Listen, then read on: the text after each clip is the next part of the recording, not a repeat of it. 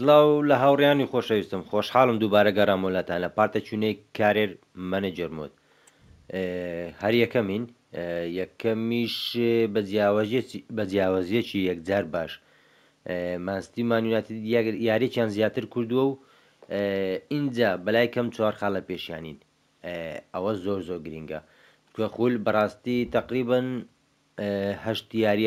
هەفت یاریەک ماوە حوت یاری ماوە چکە جەولەی 30 یاریم کردو هەژ یاری ماوە بڵێ چکە مانستیوان حوت یاریە ماوە دەست پێ دەکەم بەڵام پێشەوەی دەست پێکەی ناوڕیان ئەگەر تازم بۆ کەناڵەکە لایک و سەبسکرایب لە بیر مەکەن یاڵە با دەست پێکەین بەرامبەر چواردەمی ڕێزبەندی وێستهام وێرتێز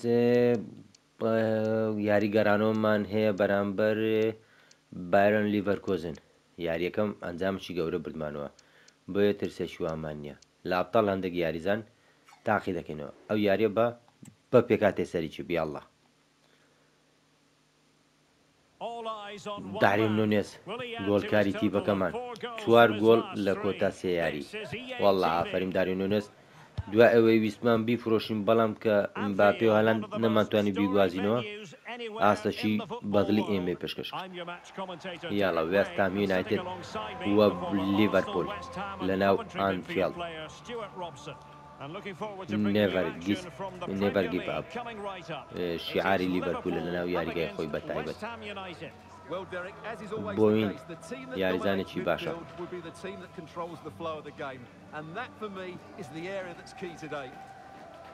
واردە ناو یاریگە بەلای کەم 3-4 گۆڵ بکەین ئای لەو جەوە خۆشە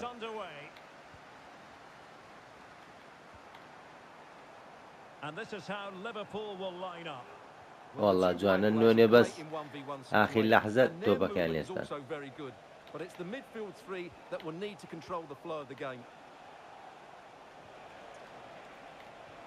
چەند یاریەکە ئاسمان باشە بابزانین بەردەوامین یاخود خاڵە دەست دەدەین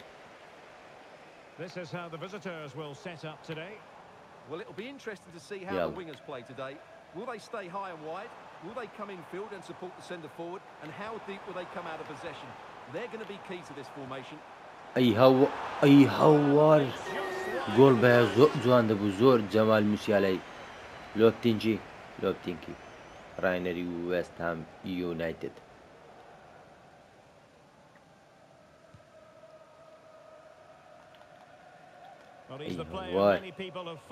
وەڵی سعادە ناوڕێن وێستهام یونایتد بەڕاستی سعادە نەکەی ناتەزایە یاڵا ڕەخۆ وەڵایی ئاڕێن کۆناتی ئیشی خۆی بە زیادەوە کردووە دوای ئەوەی ڤاندایکمان فرۆشت لێوە کەس نایەتە پێشی ئەومان بەدڵە ئۆفساید ئەی هەوار بەخوای ئەو سای شتێکی ناخۆش خاستن پێویستت بە گۆڵ بێ ئەوە چیەوە زۆر خراپین نەکەی بران نەکەی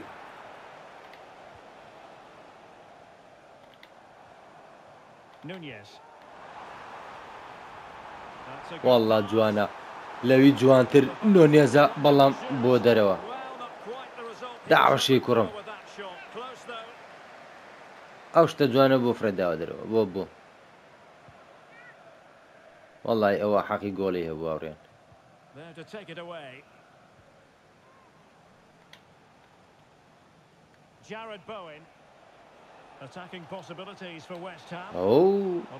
ئەو تۆپەکەی لێوە نەگرین نەتەفاوت بە ئەنقەس تۆزێک تاخیرمان کرد چونکە دە بۆ فاوە لاوڕێن نا وەڵی نۆنێز ئەو پاسات نییە بەس بارحاڵ وەرە داویز و نازدارە یاڵە نۆنێز گۆل خوا لە جات شوتکە کەلێلیدایە معقولە نۆنێز ئەوە دەستی پێکردەوە ئەو کوڕە هەروەسفی دەکەین تێک دەچێت کاکە یاریزانێکی خراپە با بزانین چی دەکات وەسفی ناکەین یاڵڵا ئەوە چی ئەو تاکەیان زۆر زۆری سەعادن دەی ڕۆدری باشەمە یاریشی جەماعی دەکەن دەبی چێ باڵن دۆر باتەوە دڵنیا بن یاریزانی خۆمانە چکە ئەگەر ئەبتاڵ ببین یاریزانی خۆمانە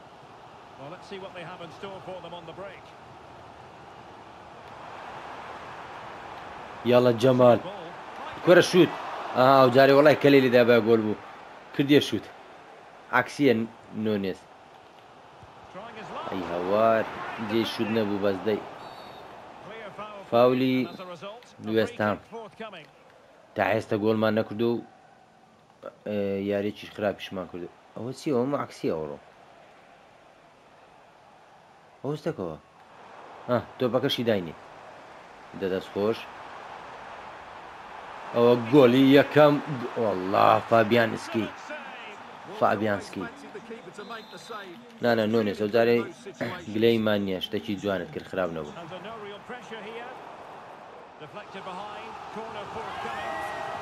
وڵای نازەمەوە چییە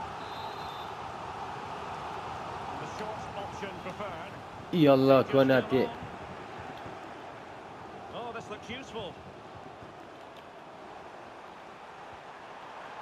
ئۆهۆ عکسیە و ڕۆشتەکان هەموو عکسیە لۆمان نایە دەست خۆش ئەراخۆ ئەوە چیت کرد کوڕە نازدارەکە ئەو گۆلی یەکەم کاکە گۆل یەکەم ئەی هەوار وەڵا ئەوڕ گۆل نابێ ئارنۆتش خێرخوازیدا نایە یاڵە سلاح کاتی خۆتە سلاح لەگەڵ جەمال فاول بۆ سلاح خۆشە جێیەکە هیوادانی جاریزانێکمان پێکان نەبێت چووکە لاپتاڵ دەچینە خۆناغی هەشت بە سلاح لێ نادەم ئاوڕێن بە یاڵڵا ئارنۆ یەکەم گۆل بەلێدان ڕاستەخۆ ئەی هەوار وەڵڵا شەنسمان نییە کاکە وەڵڵا شەنسمان نییە ئەی هەوار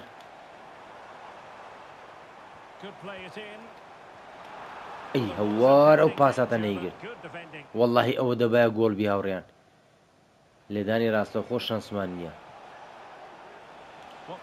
شەنسی ئێمە بەستون دەکەوێت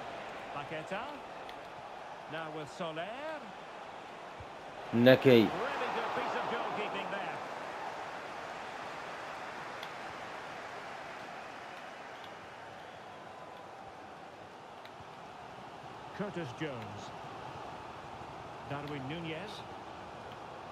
یاڵە سلاح سلاح بە خۆت شوتە چی بکە سلاح گۆل یەک والله وەرەوە سلاح وەرەوە سلاح شوتەکەی کردووە وەکۆی تاوانێک کرد بێ غاڵدا کورە وەگرە ئێلۆ فاولۆ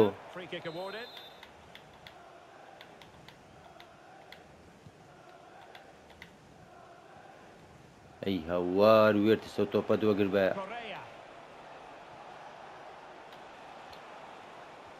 ئەی هەوار تۆپەکەم وەگر دامەوە وێستام ئەوەندە باش نی ناوڕێن تۆزێکی سەعادە هەر گۆل یەکەمیان زەحمەتە خاڵ لە دەست دێن جیاوازەکە کەم دەبێتەوە چکە یاریش ماوە بەڕاستی حەوت یاری خاڵ لە دەست دەی خولەکەش دەڕوە یاڵە لە مێژە گۆلت نەکردیە ئۆهۆ پەنارتیان فاول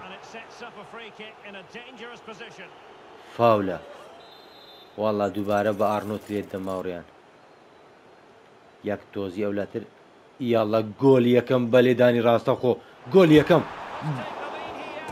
ئەوە چ بوو ئەی هاوە دوو فاول ئارنۆت هەردووک ستون معقول نییە خۆزگە بە لێدان ڕاستەخۆ گۆل بە ئەو وەرزە بە لێدان ڕاستەخۆ گۆلمان نەکرد بوو بەس چەند بە جوانی تۆپەکە دێتە پێش سلاح ڕاوە دەستێ ئەی هاوار ئەی هاوار لە ئارنۆت لێدان ڕاستەخۆی زۆر زۆر جوانە ئەی هاوار سلاح ڕاوەستاوە ئێ وەڵڵا هاوڕێیان نەمزانین تۆ بەکاتە پێشم نانە باش بوو گۆلی کرد هەی دەستخۆش سلاح بەس لێدانە ڕاستەخۆکە بەڕاستی زۆر زۆر جوان بوو ڕاینەرەکەمان فول ریاضیە شمەکەکەی چەند جوانە وتما کاتی سلاح و گۆلی کرد دەستخۆش محەممەد سلاحی میسری ئەوەستەکەی کاکە دەوەستەکەی دەمشە والله ئافرین بۆین بەڵام چۆن تۆپەکە لە داوی زۆرگرت باما شێوە لێ وەگرتیەوە لە شوێ یاری کۆتایی گرنگەوەی بە گۆڵک پێشکەوتین چەند یاری ببینەوە لە نازناوەکە نزیک دەبینەوە هاوڕیان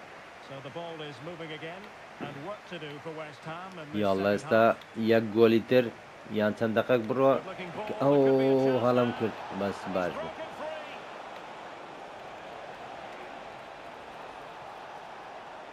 ئەم زانی ئەوە بەردەکە کاکە ئەوە چ دەکەوە کاوەرارەخۆ دەست خۆش یاڵە سلاح نا سلاح ئەوە چ دەکەی سلاح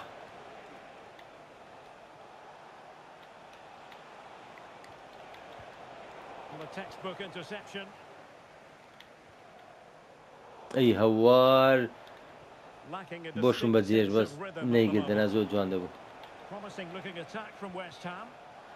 هەوزانە هاوڕێن گۆڵێک ناوەڵڵا شووت چەند بێزە پاکوێتا بووە گە غەڵەت نەبووم پاکوێدا بوو یان قودوس یاڵڵا ئێستا ئێمەش تەبدیلات دەکەین هاوڕێیان It will be decision time, the second leg of the Champions League quarter-final, and you'll see it live with us. هەوار ئەو تۆپەلو ناڕوە It's Liverpool taking on Bayer Leverkusen. Well, the second leg of that tie should be a really entertaining game with a Roy, semi-final place at stake. هەوار There's everything to play for. والله ئافرین داویز یەک لە بۆندە زۆر شازەکانمان هاوڕێیان Alexander Arnold. Darwin Núñez distributing it. یاڵڵا Taking care of business defensively here. Well, possibilities in the centre. گۆڵێکی جوان بەڵامە دەقەی 57 هەندێک یاریزان دادەنیشێنین نونێز کیۆگۆرس جەمال ئۆلمۆ وێرتسیش بە کێزاوێ کوبارسی ئەوەش ماندوو بووە زۆرمانیش پێ هاوڕێیان اینجا زیاتری تیمان بە خولیانە پاڵەوانەکانی ئەوروپا دەدەین بۆی ئەگە دۆڕاشین کێشەی ئەوەندەمان نییە جەمال پێش ئەوەی دانیشی گۆڵێکی جوان وەڵڵی ئەوە بەشود نەبوو کاک جەمال دڵت شکاندین کاک جەمال یاڵە وێرتس پێشەوەی دانیشی وێرتس بە دڵمان نییە لەوەتی گواستومانەتەوە تا نازانین وەرزی دووەمیش چۆن دەبێت نەکەی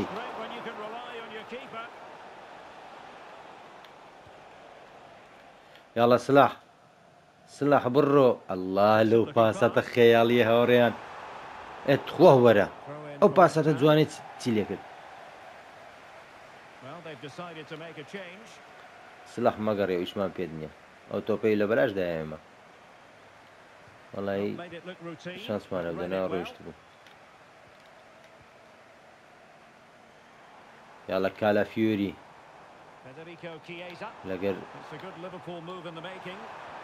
لەگە چێمان گۆڕیەوە ئۆفساید ئەو شتە جوانە ئۆفساید باوڕیان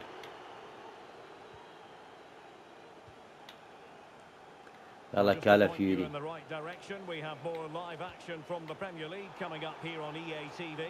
It's West Ham United facing Southampton. What a game that will be. Two good teams in a great stadium. I'm really looking forward to that one.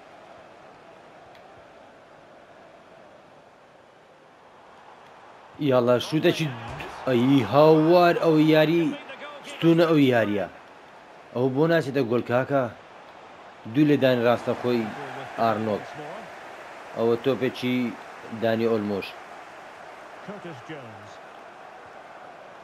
ئەی هەوار وەڵڵا وەمزانین تۆپەکە لای دانی ئۆلمۆیە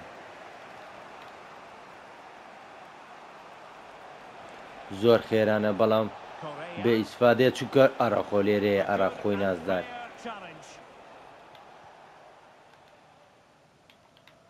یاڵڵا کاکە گۆلی ترماوە وەڵڵا گۆلمان نەکردوی ساکە یەکەوسەر ئەی ئەو چوار تۆپ ئەو یاریە ئەی هاوار And putting pace to the تۆپ لۆ danger. ناچێتە گۆل ئەوە چوارەم تۆپە هاوڕێیان ئەو یاریە چوارەم تۆپە بەستونکەی ئەی هاوار یاری Great ستونە challenge, free kick here. Well, they've been getting the substitute ready, and now they will make the personnel change. یاڵڵا ئەدی ئەو جارە ئەدی ئەو جارە ئەی هاوار To extend their lead. Well, that's a waste. والله وقت کیۆ گۆرز نییە و تۆپە لۆ کەتە دەری تۆزێک بەرز بوو دەنا دووبارە بەستون دەکەوت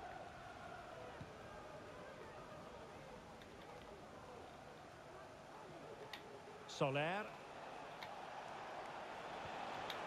Correa. Very ئەرە quick خۆ thinking. نازدارە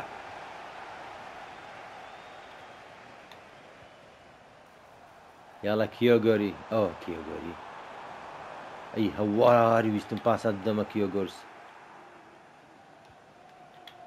Lucas Paqueta.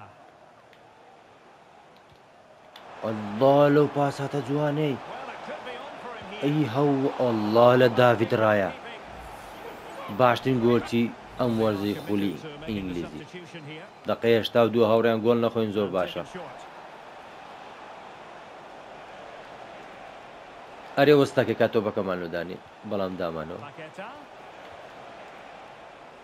نەکەی شەرمەزارمە والله هاوڕێیان گۆڵی بەرامبەر قدوس یان پاکوێتە ئەی هاوار والله دوو خاڵی یەکجار گرنگ لە دەستمان دەڕوە هاوڕێیان ناو یاریگای خۆشمان کاکە لە بەشتون ئەو یاریە گۆڵ نەدەبوو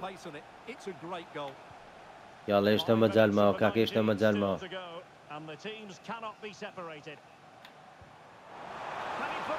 گۆڵی ئەی هاواری یەکەو دەقا بتخۆندانی ئۆلمۆ هەموو یاریگا هەژا ئەی هاوار دەستخۆشدانی ئۆلمۆ کاکە لە بەرنازناوەکە وەڵڵاهی چاوەڕێم نەدەکرد گۆلی برنەوە بکەین ئێستامم لە ئەرزەکە کەوتن لێ دەقێ هێشتا و چەند گۆلیان کرد یەکەو سەرش گۆل بخۆیەوە گۆڵێکی باش بوو بەس کیۆگۆرس ئافرین ئەی هاوار نانە گۆڵێکی جوان بۆ هاوڕێیان دانی ئۆلمۆ دقەی 86 هیچ مەجال نەما مەجال نەما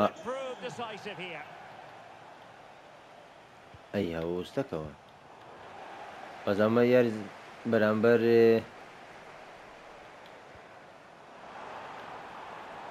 گۆڵێکی تر ئەی هاوار ئەو یاری شوتەکانمان تۆزەک پاوەریان زیادە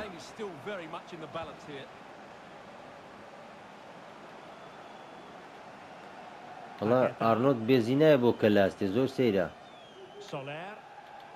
ئەی هاوار هەر گۆڵ نەخۆینەوە وەڵڵا ببوورە وەڵڵا مەبەستم نەبوو کارتی سوور ئەی هاوار کارتی سوور دەڕیبیان چەند تۆڕەیە کاوەرە بڕۆ سەر خەتی گۆڵێ نەکەی ناوەڵڵا زۆر دوورە 3 دقەش کاتی زیاد کراوە هاوڕێیان یاریەکە تەواو بوو یاریەکە تەواو بوو یاریەکە تەواو بوو بە برنەوەی خۆمان ئەی هەوار وەڵا زانیم ناچێتە گۆڵ بەس گوتم باش شوتەکەی بکەم دەی سلاح ئەی لەو بردنەوە خۆشە بردنەوەکی گرنگ بەڵام ئاڕا خۆمان لەدەست دە بۆ یاری داات و نازانین بەرامبەر چێ ڕەنگە ئەرسناڵ بێ پیرۆزە لە خۆمان مانستی و مان یونایتد لە دوامەن یاری گەڕانەوە بەرامبەر ئەوە چیە ئەرا خۆ یاری ناکە ئەو یاریە نانەتەوە کاکەتەوە لە خول کارتی سویۆ گرتوت پێیەندی بێرەوەیە یاڵە دوو ڕۆژ پشووە اینجا بۆ یاری گەڕانەوە بەرامبەر بایرۆن لیڤەرکۆزن یاڵە یاری یەکەم هاوڕێیان 4-2 بردمانەوە ئۆ ریال و مان ستی 2-2 بووە ئەی هاوار میلان و بەرشۆنە دووبێک لە بەرشۆنەی بردۆ حەز ناکەم ریال و بەرشۆنە بدۆڕن دەمێ بکەونە بەرامبەر من یاڵە بەرامبەر بایرن لیڤەرکۆزن. وڵی هاوڕێیان بە پێکاتەی یەدەگ یاری دەکەین، فول یەدەجیژنا، بەڵام پێویستە هەندێک یاریزان پشوو پێ بدەم. جەمال شوێنی لامینێ ماڵ،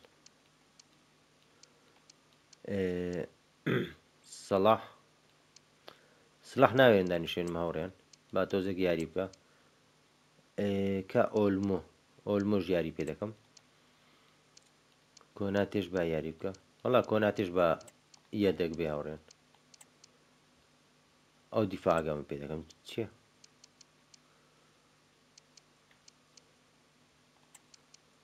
ئەو یاریەت جەمال کوبارسیار بانگێژ ناکەم.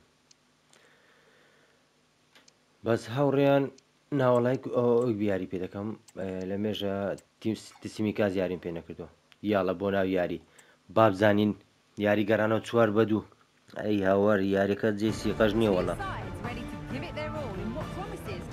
7 گۆلی کردووە لە 3 یاری ڕابردوو.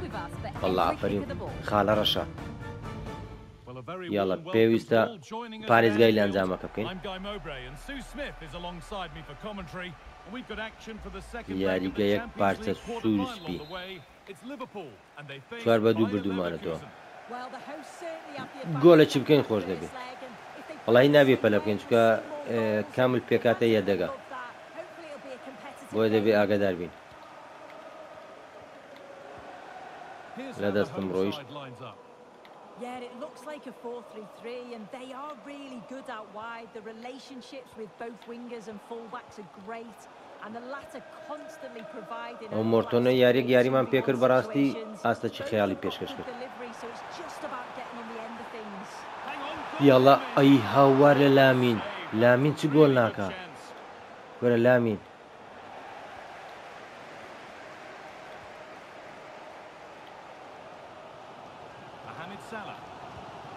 ئەی هاوار لە سلاح کورەوە سلاح چی کرد بەڵام ئۆفساید. ئەی هاوار زۆر جوان بوو گوناحە ئۆفساید. ئەی هاوار لە سلاح ئەوە سلاح دەکە وەڵڵی گەلە جوان بوو. ئۆ تەنیا 5 قاچی ئۆفسایدە وەڵڵی دەنا زۆر جوان بوو گۆڵەکی. نانەیە دەگەکانیشمان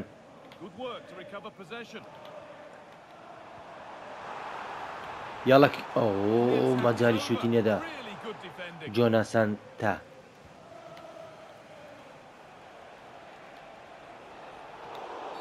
ئەی هەوار فاول.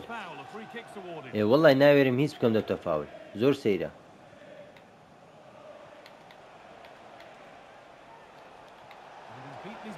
ببوورە یاریزانێکی منداڵم مێنە ئەو کاپتنیشە ئێکاکە بۆ کاپتنەکە دەبەست ئەو زەختەی تووشی خۆ دەگەیت. وەڵی ئافریم ئەولۆ کاپتن چتە جێوی ئێمدانی ئۆلمۆمی لە جێ ڕۆدری هیناناوی دەبووە دانی ئۆلمۆ کاپتن بی.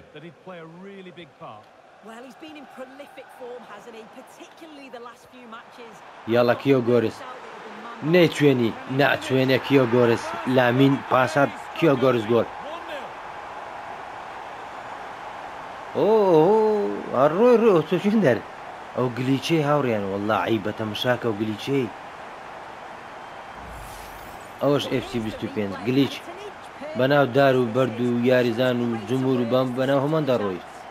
ئەخوەڵای معقول نییە و ئەو شتانە زۆر ناخۆشە بیبینی. یاڵە کیۆ گۆرس دەرفەتمان پێدا گۆلی کرد کاک کیۆ گۆرس. سلاح تۆش دادنی شێنم خەمن نەبێ ئەنجامەکە بوو بە 5-2 ئەنجامەکی گەورەیە. ئەی هەوار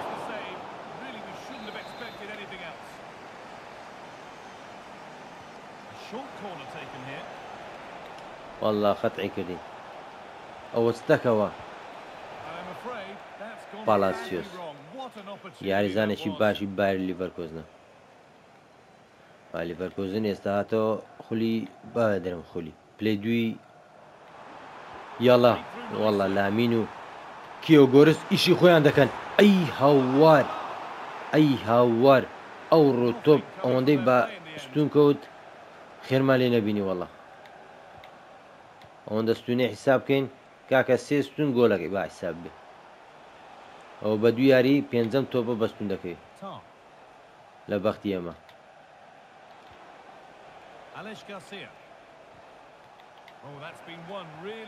یاڵڵا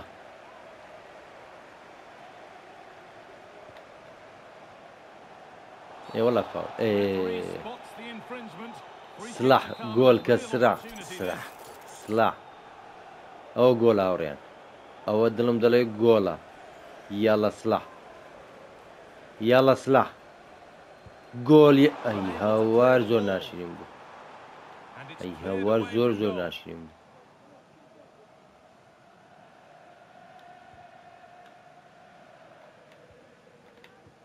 ايه والله دايت ملا مين يا مالي كاكا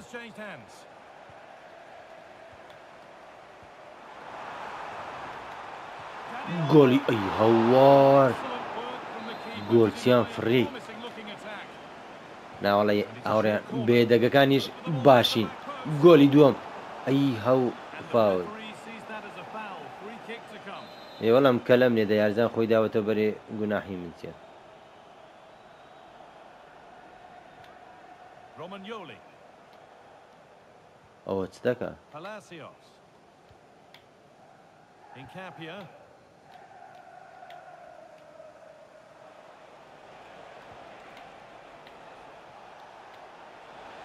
نكي والله بيشمان تسولكت والله آفرين دافيد رايا ياريكا لبجوندي خومانا 5 جول داس خوش لويس قجلول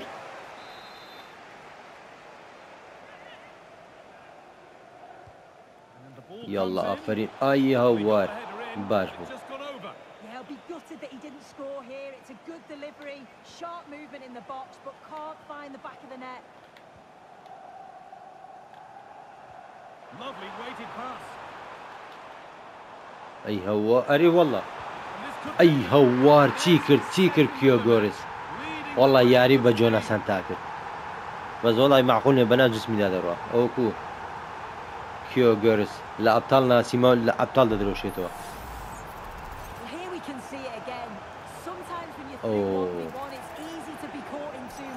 شوتي زور جوان هاوريان سرتاي هالاند اگه ببیرتان بي بس جولي دناسي يسا توزك تيك شو بس او يارزانه شمان صفاتي هي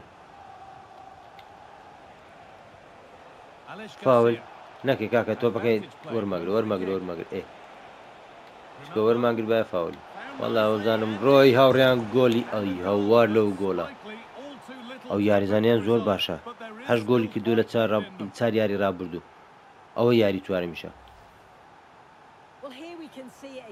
هەر خۆشی هات هەر خۆشی نانا هەونو ناو تۆپە دەرنایە گوناحی داوید ڕای تێدا نییە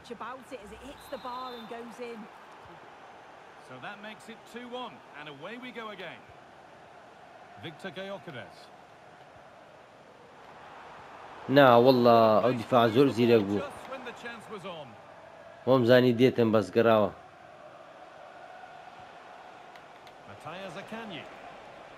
ئەو یارزانم کارتی زەردی وەگرت مۆرتۆن کورە کاپتین تیپەکەم وەرەوە منداڵە بێ والله شانسمانە بوو بەس بدام لەو بیتە کاپتن ویلیامز والله جۆناسان تا زۆر ئەی هەوار ئەو شوتانەی گەلە جوانە هاوڕێیان بەڵام تۆزێک بەرز بوو زۆر بە جوانی بەلایەکی قاچی تۆپەکە دەسوڕێنی یعنی جێمی دوێمیش دەبێ مۆرتۆن دانیشێنم بە قسە وەڵا ئەو یاریزانە ئۆ فڕی وەرە دانیشە کاکە وەرە ئەو کاتنەمەم دۆوە هاي كابتن يشد برد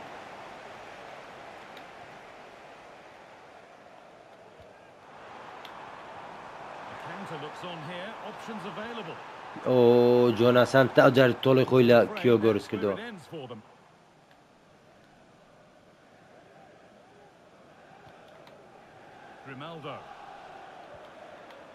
Garcia.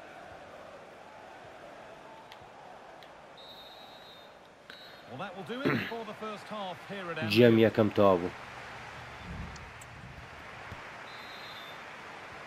Away we go then. The second half to match the first would do nicely. اوه يا ورا ويا رزان بويليات. اي والله فاولة كاكا والله فاولة. باسات مدلينا قرا. بس او يا رزان بويليات.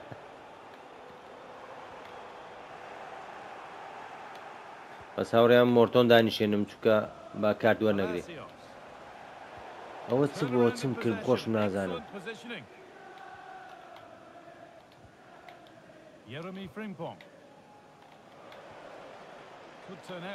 لامین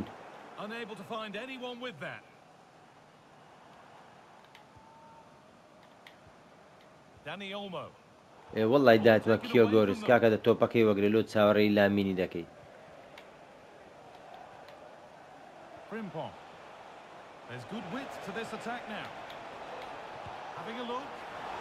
والله آفرین گۆڵچی To avert the danger.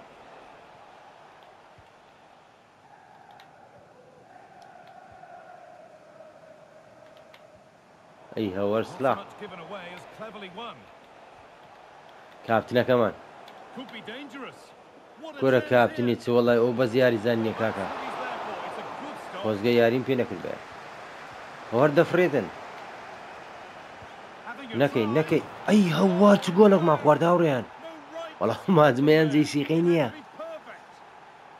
ئەی هەوار لەو گۆڵەی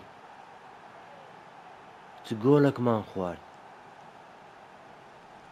ئەو گۆڵە جوانەمان لێکرا ئەی هەوار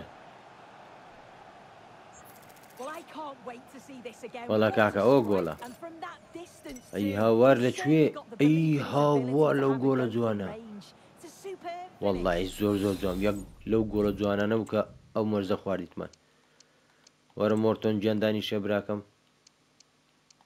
بە ئەوە بێنینەنەوە ڕۆدری لامین وەرە جێ سڵا سڵا کات کێزە ئەوە کێزە کێزەش وەرە جێی وێرتس یاڵە بەس ئەوە دادنیشێنمەوە کاکەەوە بەس یاریزان نیێوەڵە کا کاپتنەکەی دانێ براکەم And we're back underway at 2-2 now. یاڵە لامین یەماڵ دەرفەتە نا ئۆفساید ئۆفساید بوو پێشەوەی تۆپەکە بچێ زانین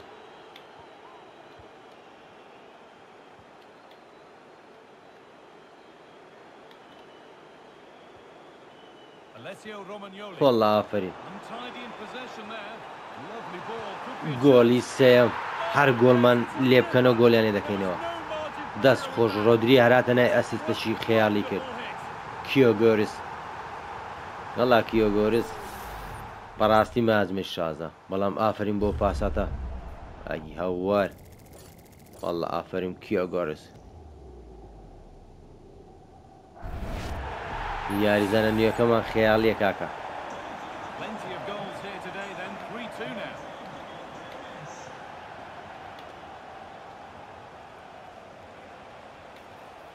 لێ دیسان شوت کە بکەتە گۆڵێ هەر ئەوە مابوو بەرامبەر تیپەکەی خۆی وێرتس فلۆریان وێرتس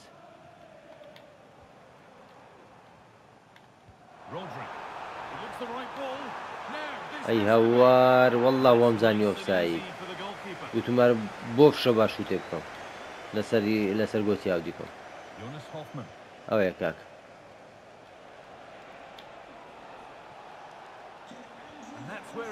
کورە ئەو تۆپە دۆ فرێدایەوەندەر براکەم ئەو یەدەگانە زۆر زۆر مشکلەنە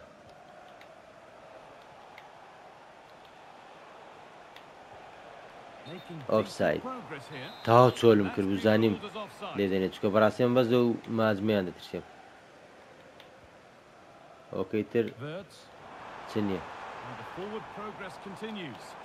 یاڵە وێرتس ئەی هەوار گۆڵی لە تیپەکەی پێشووی خۆیان نەکرد بە کۆی هەردوو یاری هاوڕێیان سیرکەن 7 گۆڵ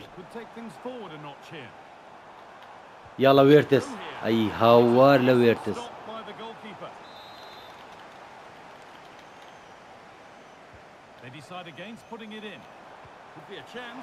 وەڵا گۆڵچیان ڕاست و چەپ دەفرێ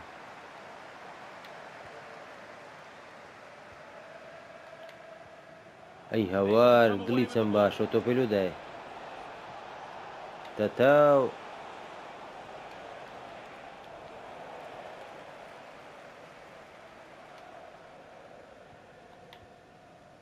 Rodri. Konstantinos Tsimikas.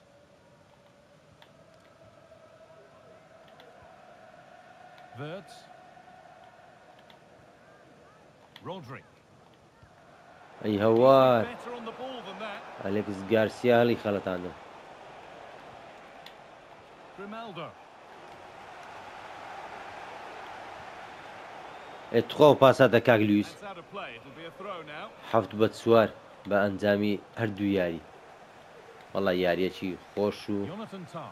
پڕ گۆڵ بۆویە ئەو ڕوبەڕووبوونەوەیە Oh, good strike. ڕوبەڕووبوونەوەی بەرامبەر بایرن لیڤەرکۆزن بایر لیڤەرکۆزن هەمان لە هەمان شارن بەرامبەر Victor Gyökeres. بایرن میونخ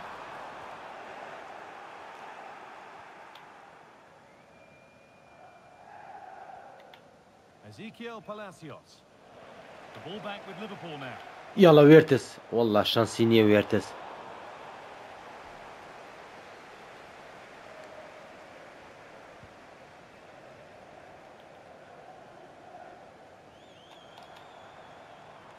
فاول نییە ئەوەش گۆڵ نییە ئەوەش گۆڵ نییە وێرتس بەلای کەم چوار شوتی کردووە گۆڵ نابێ گوناحی ئێمە نییە And they take a short corner. Oh, could be a chance. یاریزانێ نییەکەمە منداڵەکە It's gone out and it's a Liverpool. ناویش نازام چ یەکەم یاریە یاری پێ دەکەم And it's a short one. Plays it into the area now. And it's not the best of clearances. Wirtz. ئەی هەوار پاساتەکەی بدە کاکە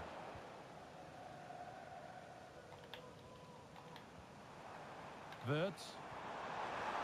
Perfectly ئەی anticipated. هەوار ئەو Really well won. تۆپەشی قەتع کرد The counter looks on here. Options available. وەڵا لێم دا هاوڕێن ئەوجە نازانم دەبێتە کاردی یاخودنە Giving it away here.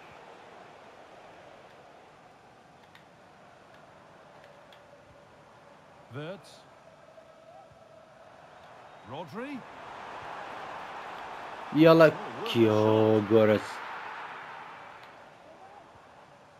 یاری تۆ هاوڕێن یاریمان بردەوە و بە دوو بردنەوەی بە دوای یەک بەرامبەر بایر لیڤەرکۆزن Job done. چوین بۆ قۆناغی داتی و خولیانە پاڵەوانەکانی ئەوروپا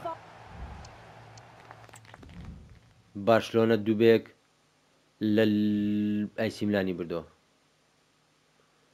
ئۆ 4-3 بەرشلۆنە بۆ ماڵەوە لیڤەرپولیش 7-4 گەورەترین ئەنجامی ئەو قۆناغ هاوڕێن یاری ئەو جارە بەرامبەر لیستەرستی بە سێ نامەمان بۆ هاتۆ بزانی چییە لامینە ماڵ باشە یاریت پێ دەکەین باشە باشە داوای دەرفەتی زیاتر دەکەن و ئێمەش یاریان پێ دەکەین یاری ئەو جارە بەرامبەر لیستەرستی تیپەکەی واردی ئەگە بە بیرتان بێ خولەکی ئینگلیزی زۆر جوانیان برد تیپەکەی واردی تەشکیلە هەندێک بگۆڕینا هاوڕێن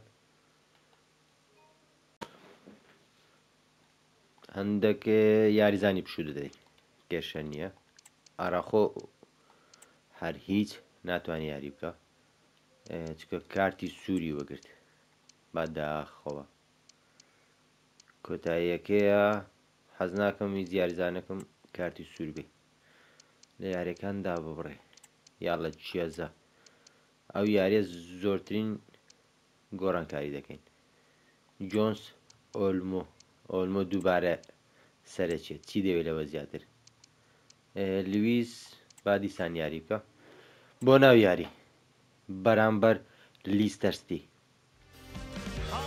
لە ناو یاریگای لیستەرستی ئەو یاریە خاڵ لە دەست نەدەین بە ئەگەری زۆرەوە پاڵەوانی خوولەکەینە بە ئەگەری زۆرەوە یاڵە لیستەرستی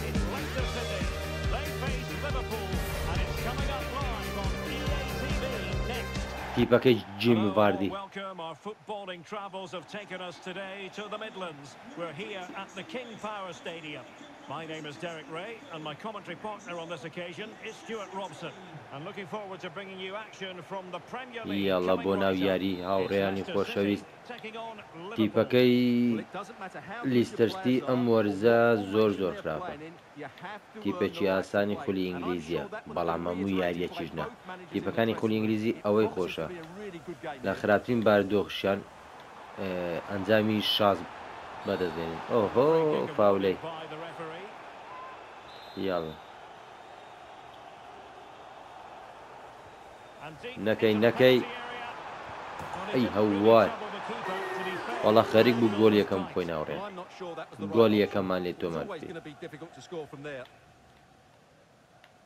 And the lineup for Leicester City. Well, although we have it down as a 4-5-1, it's actually more likely to be a 4-2-3-1. They play with two holding midfield players, a number 10 and two wingers. The system has a nice balance. زان شوتی جوانە ئۆهۆ بۆچی فرێدات کاک داویس یاریزانێکی زۆر باشە ئاوارە بوو لە کەنەدا باری میشن یاری دۆستانەی هەبوو متابعی ئەو یاریزانەیان کرد گواستیانەوە و ئیدی بوو بە و داویزە ئێستا نەکەی کاکە نەکەی ئەوەش کاک داویز بەس یاریزانێکی بەڕاستی باشە نا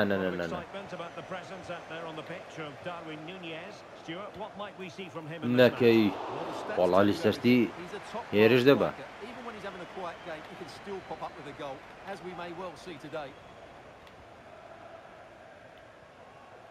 یاڵە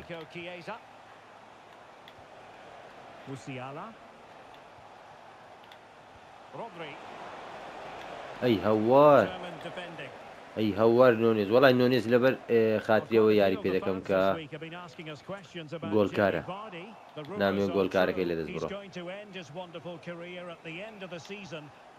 یاڵا گۆڵەکی خەیاڵی ئەی هەوار لە ئۆلمۆ ئەو پاساتەی سلاح وەڵای شوتەکەش ناشرین نەبوو هاوڕێیان بەس نەیگرت بە جوانی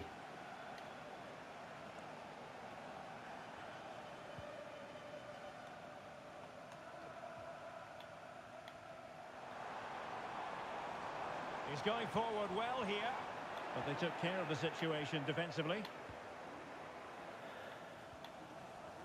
یاڵە جەمال تۆپەکەی بە ئاسانی دەدە ئۆ نەکەی ئەی هەوار وەڵا ڕایە نەبات ئێستا گۆلێکمان خوارد بوو هاوڕێ کۆرەس نۆنێز لە پاساتەکەی بدە کاک نۆنێز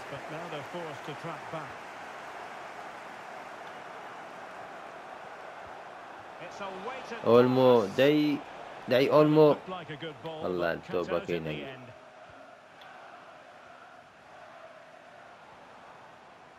Now the quick counter-attack could be on. یاڵە سلاحی نازدار ئەو تۆپە وەگرە سلاح گۆل یەکەم ناوەڵە ئەی هەوار هێرشێکی زۆر ئاسانم لەدەستدا هاوڕێ زۆر ئاسان Now the situation has changed in one of the other games I'm hearing. Let's go to Alex Scott. Yeah, it's a goal for Arsenal. They're the first on the score sheet here with 23 minutes played. Many thanks as ever, Alex. Chance to play it in. Really incisive. لێدانی سزای چ کاکە بەت لە تۆپەکەمداوە یاڵە سلاحی نازدار هەرێ کاکە دێکتان وەرن کەس نادی یارمەتی سلاحی بدە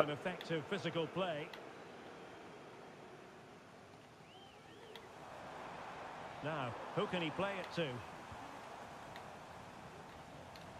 Oh, super piece of play. ئەوستەکە دەکاکە ئەوستەکەەوە. Delivered into the box. Sound piece of defending.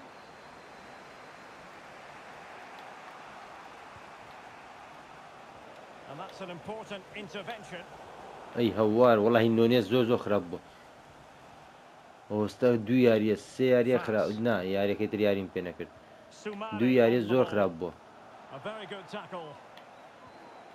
Setting off perhaps a little bit too much here. یاڵە سڵا ئەی هەوار زۆر دوورە زۆر. Opportunity there.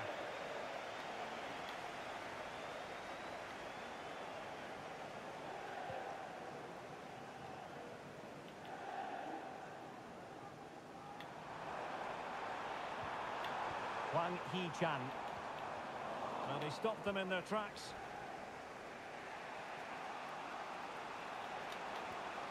Good weight on that pass. دەی سڵ ئەی هەفەر ئەی هەوار لە سڵا مەحاوەڵەکی باشی کرد. یاریەکە Wang Hee-chan. Leicester moving the ball with purpose. دەست خۆش کوب. ئۆڵە فاول نەکەی نەکەی کارتەکەشمە بزانم هەر وەرگرت. یاریەکی قورسە ئاسانینە لیستەرسی. چاوەڕێم دەکرد یاریەکە ئاسان بێ بەڕاستی. ئەو سڵاح بڕۆ سڵاح. ئێ وەڵڵی فاولە کاکە. لەبەرەوەی زاویە بوو بۆیە نەیکردە فاول.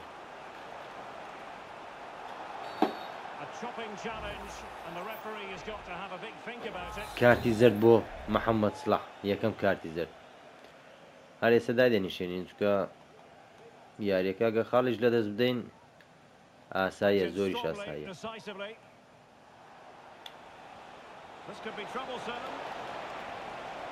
نۆنێز نۆنێز گۆڵ کە نۆنێز ئەو گۆلە ئاسانی توان کاک نۆنێز.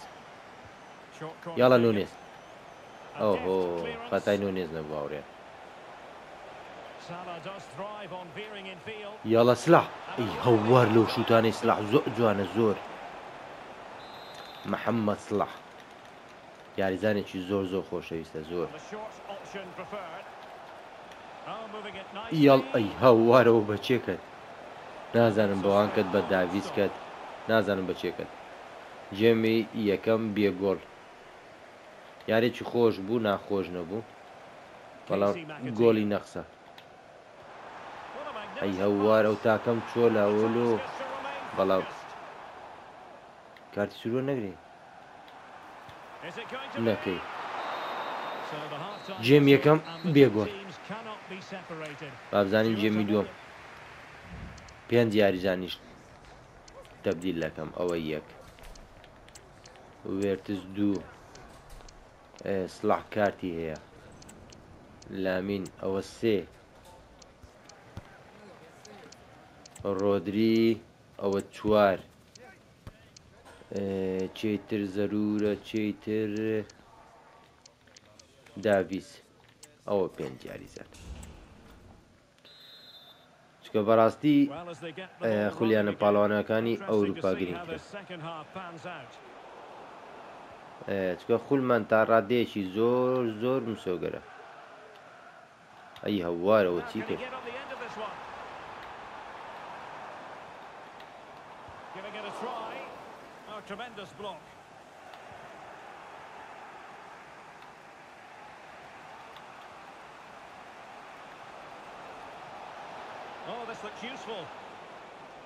بگرێتەوە ئەی دەست خۆش کێزە.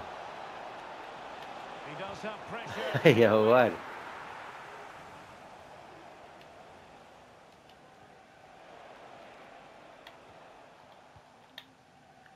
مۆرتۆنە بەڕاستی هەرزانێکی باشە دڵنیا بن بۆ نشی بۆ دی.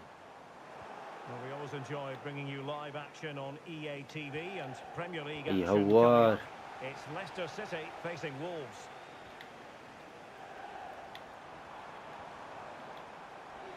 وەرگرە دەست خۆش تەنیا یاری سەرەتامان دۆڕان ئەگە بە بیرتان بێ هاوڕێیان یاری سەرەتای وەرز یەکەم یاریمان دۆڕان دواتر بردنەوە لە دوای برنەوە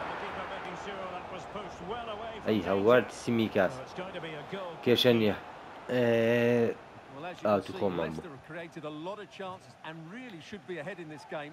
They just need to be more clinical. Well, controlling the ball again. وڵات and hoping to سیمیکاس make this خراپە count. هاوڕێیان ئەیش بۆندی بۆ دێ بۆ بێتن دەیفرۆشم ئارنۆتیش ڕەنگە سەر و 100 میلیۆن دەیفرۆشم ئەوەستەکەەوە کاکە وەڵی معقول نیە ئەوەستەکەی Might jump in front. ئەی هاوار گۆلی یەکەم On the back of sustained pressure. Now وە بزانم سێ خاڵەکەەوە لە دەستمان ڕۆی advantage. ئەگەر Well, back جدیتر underway. نەبین Will that کە go بەڕاستی out? هاریەکەمان بە Just ئاسانەوە stinging گرتاوڕێ Liverpool into action. یاریەکەمان بە ئاسان وەگرت و جیاوازێکی باشیش لە پێشین ئەوە تۆزە گۆزاکەی تێکدا بەڵام هەر گۆڵ دەکەیت ئەی And a وەرتەس good challenge to bring that attack to an end. I believe there's been a goal in one of the other matches. Alex Scott has the details. It's a second goal for the Gunners. They're pulled ahead by 2. Oh no, what a chance this is! ئەرسنال گۆڵی دووەمی کرد Absolutely tremendous save. بەرامبەرەوە تیمەی تازە باسم کرد ئیسبی شتاون یەکەم یاریمان دۆڕان بەرامبەریان Who's going to get on the end of it? یاڵڵا And the goalkeeper really exuding confidence. داوید ڕایە نازدار نان ئەوەڵا باش بۆ پاسەدە جوانەی Well, to Alex, apologies for having to interrupt you just then. To clarify, Arsenal have scored in that game, and the lead as Ay, they hawar stand lamin. is 2-0.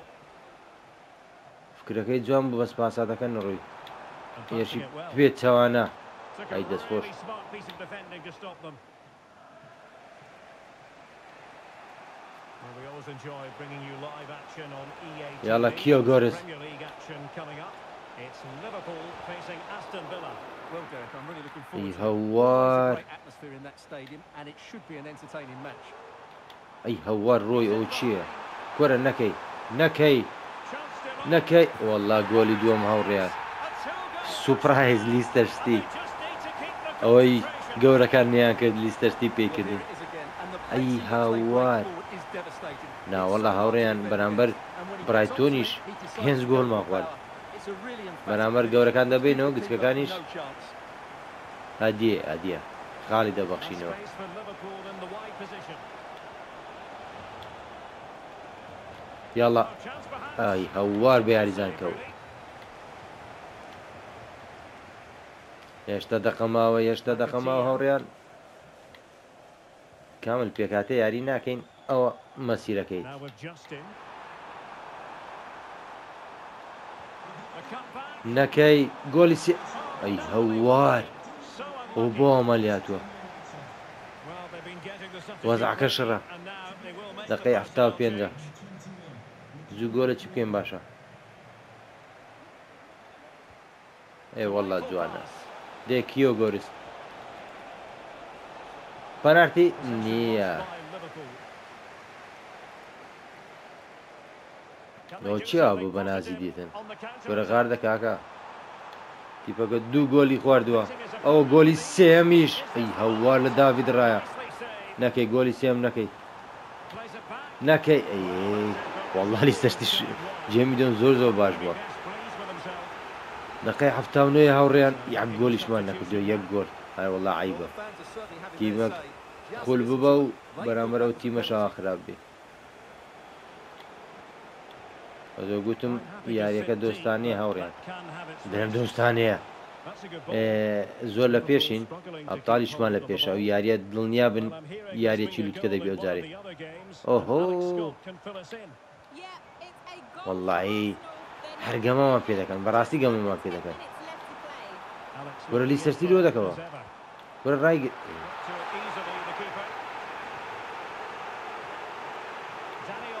یاڵە کاکە یەک گۆل دێ کیۆ گۆرس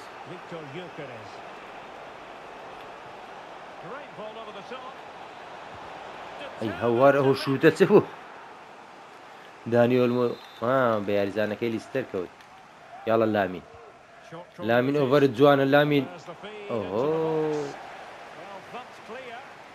کاکە یاریزانەکانی من وەسفیان لێ نایە بەڕاستی هەر وەسفیان دەکەم و ئەوانە تێک دەچن ئەو شوودە خوارەی یاری نەهاتە یاری نەهاتە کێشە نییە ئەمێژە نەمان دۆڕاندووە بە ئەو یاریە بدۆڕێنین هیچ کێشەمان نییە هاوڕێ لە سەرەتاوە خەتای خۆمە بوو ئێی هەوار جەمال و سلاح لە ناو یاریگا نەبن فەشەیە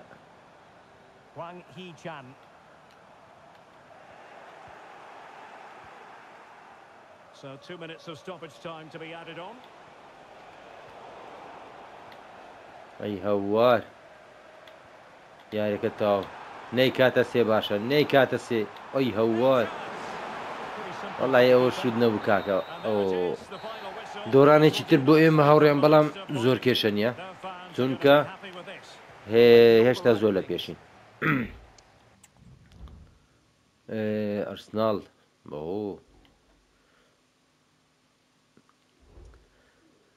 هەر یەکەمی هیچ کێشەمان لەگەڵ ئەوە نییە سێ ڕۆژی تر یاریە بەرامبەر ئەستانڤێ لە یاریی قورساوڕێن یاڵڵا بەڵام با بزانین جیاوازەکان چی لێهاتەوە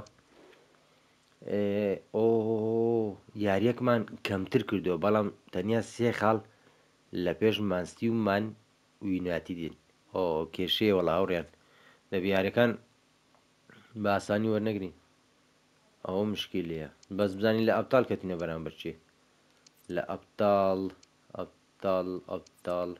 ئەوەتە ئەبتال ئۆ بەرامبەر ڕیال مەدرید قۆناغی پێشکۆتایی میلان و ڕیاسۆسیداد ئەگە غەڵەت نم هاوڕیان ئەوە لۆمباردیە ئەفسی لۆمباردیە وەڵای وە بزانم ڕیاسۆسیدادا ئەگەل غەڵەت نەبووم ئەی هاوار لیڤەرپول و ڕیال مەدرید قۆناغی پێشکۆتایی وەڵڵا یاریەکی ئاگرینە بەڵام هاوڕێم بە پارتەکە لەوە درێژتر نەبێتەوە ئینشاڵڵا لە پارتی داهاتوو دێمە وڵاتان تا ئەو کاتە هیوام دڵخۆشیتانە خواتان لەگەڵ